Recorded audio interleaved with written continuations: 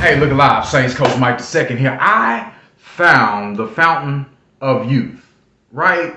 You know, out of all this searching, people been searching for it. I think I found the fountain of youth. Let's find out tonight in the Session Room Bible Study. Welcome. Let's get to work.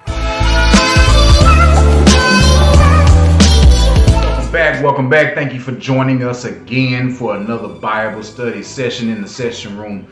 The fountain of youth. Kind of odd to say that in scripture, right? But technically I found the fountain of youth.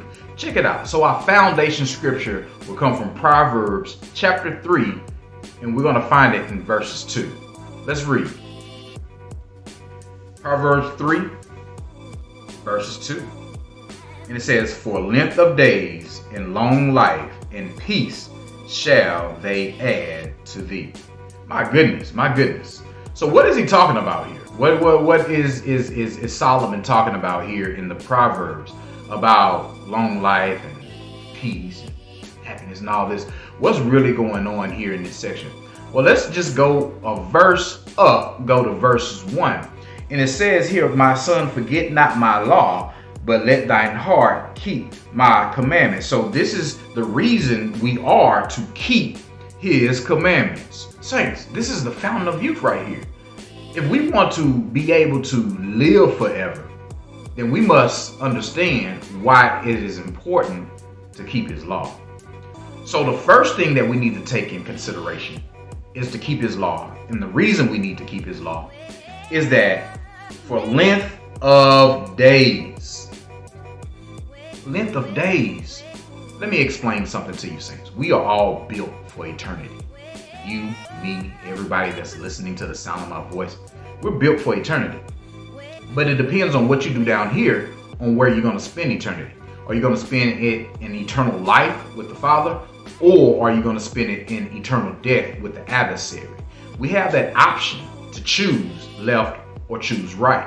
And here's the thing about his law. Here's the thing about his word. Here's the thing about the righteousness of God.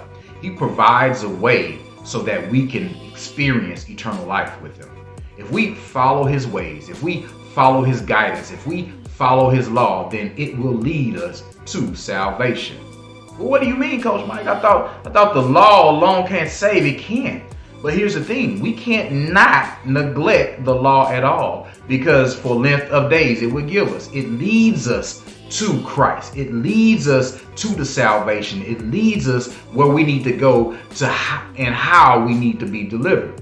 It teaches us in his word. It teaches us in his law on how we should conduct ourselves, on how we should move towards salvation, on how to even obtain salvation.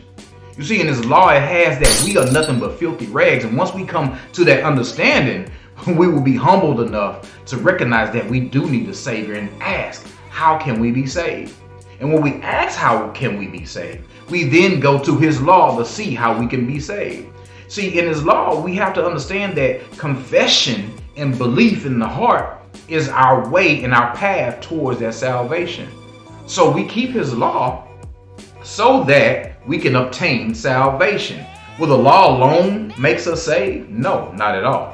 We need the salvation work of Christ. We need the salvation work of our Messiah that was done on the cross, that was done with our high priest. Once we understand that atonement process, it is then that we can experience the salvation. But it doesn't stop there, because we have to look towards his law to be able to produce that fruit, to be able to produce the fruit of righteousness. We can't just say, hey, we believe in Messiah and not do anything about it. We have to put one foot in front of the other. And by putting one foot in front of the other, we're looking at the law. We're looking towards his righteousness to understand how we can obtain salvation. Number 2, the second consideration is long life. So not only do we keep his law to understand how we can obtain salvation, but we keep his law for long life. Well, what do you mean, long life? You see, everything that we enter into our bodies will have some type of effect on our bodies, right? What we watch on TV, things that we hear on the radio, it would have a tendency to seek into our souls and to be able to have our hearts turn away from God. But if we stay in his law, if we stay in to his path, we will understand the righteousness that he has for us. We will understand the long life that he desires for us to have. You see, our diet is heavy. A lot of sickness and disease comes into our lives through our mouths because it's about what we eat. Do you realize that the Most High, Ahaya, the great I am that I am himself, in his law actually provide a way for our diet? He actually had rules and instructions and guidelines exactly on how we should eat.